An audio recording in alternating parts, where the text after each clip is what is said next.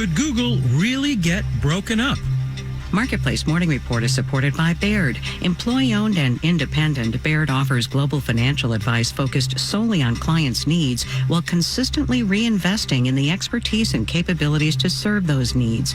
More information at BairdDifference.com. From Marketplace, I'm Sabri Benishore, in for David Brancaccio. The U.S. government has for years now been tussling with Google, accusing it of holding an illegal monopoly. And in just one of those antitrust cases, the government wants a harsh fix. It wants to break up part of the tech giant's search business, more specifically, to split off its Chrome browser into a separate company. This is according to reporting by Bloomberg News. Marketplace's Nova Safo has more. Google's Chrome is by far the most popular browser on the internet. It is the source of 2/3 of the world's web traffic, according to cybersecurity and networking firm Cloudflare. That dominance helps Google sell ads because Chrome can provide a wealth of user information and search data, especially when paired with Google's search engine, which is set as the default on Chrome. A federal judge in August sided with the Justice Department in its lawsuit, claiming Google is engaged in monopolistic practices to maintain its search dominance. A separate trial next year will determine what remedies the judge will impose. The Justice Department had a range of options for what it might seek, and according to Bloomberg News, the DOJ is pursuing one of the most aggressive options, breaking up parts of Google's search business by splitting off Chrome. This case was initially filed at the tail end of the first Trump administration, but the president-elect has expressed doubts about breaking up the company, so it's uncertain what the fate of the case will be during a second Trump term. I'm Nova Safo for Marketplace. When international students come to the U.S. to study, they also spend a lot, almost $44 billion during the last academic year, and that is an all-time record, according to data published by the Association of International Educators. Marketplace's Elizabeth Troval has more.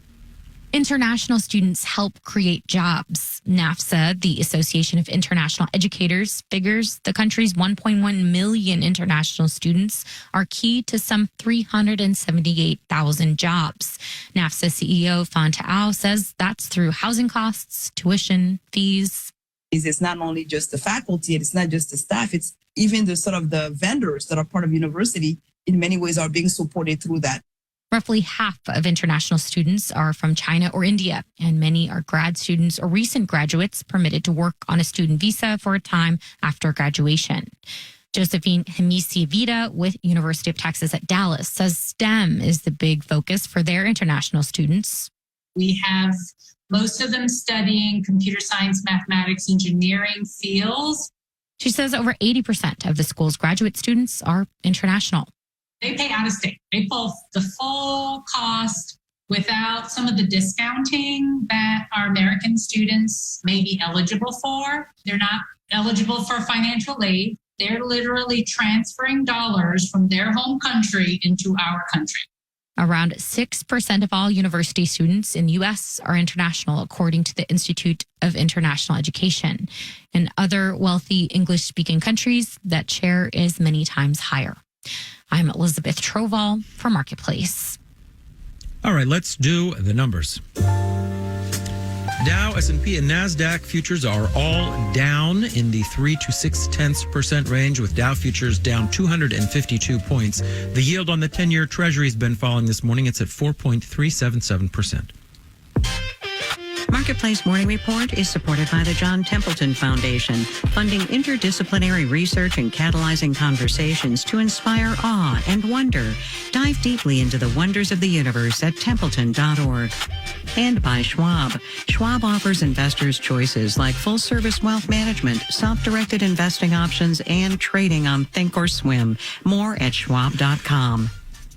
If you are in the market for a loan, well, it has been getting a little harder to get one this year. That is according to a new survey out this week from the New York Federal Reserve.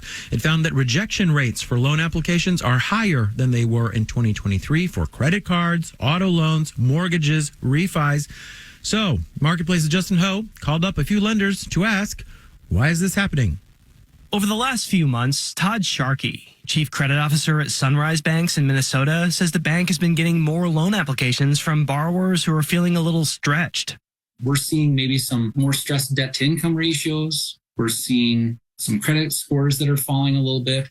And so that has led to some natural rejections comparatively. Sharkey says the bank hasn't tightened its lending standards or anything. Instead, it's simply encountering an issue in the broader economy. People's debt levels have been rising.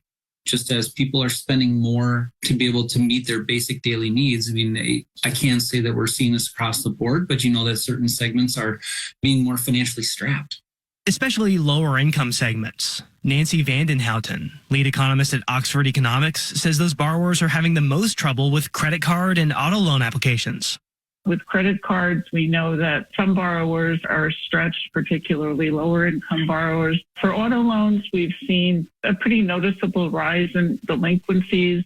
Meanwhile, Vandenhouten says mortgage rejection rates have been rising for a different reason, the sheer cost of buying a house. Given the historically low affordability conditions that we have right now, with mortgage rates still relatively high and prices also high. Rising rejection rates aren't necessarily a red flag for the economy. They can also be a sign that more people are applying for loans. That's because when the number of loan applications goes up, naturally with that, you would expect that the number of rejections that you're going to experience is going to be a little bit higher. That's Dominic Miarton, CEO of American Pride Bank in Macon, Georgia. He says demand for mortgages and other loans has been rising ever since the Federal Reserve made it clear that it was going to start cutting interest rates. Customers started to reach out because they knew that was coming, so they wanted to be in the queue to benefit from the lower rates. And that's a sign that people still feel confident enough to borrow right now, says Ben Ayers, senior economist with Nationwide. He says even though interest rates are still relatively high, I think underneath the surface, there's still a good amount of demand for homes and for other type of loans, and that's going to be positive for the economy as we look out in the medium term. Ayers says as long as the labor market stays strong into next year, that demand should continue, and people applying for loans might have better luck.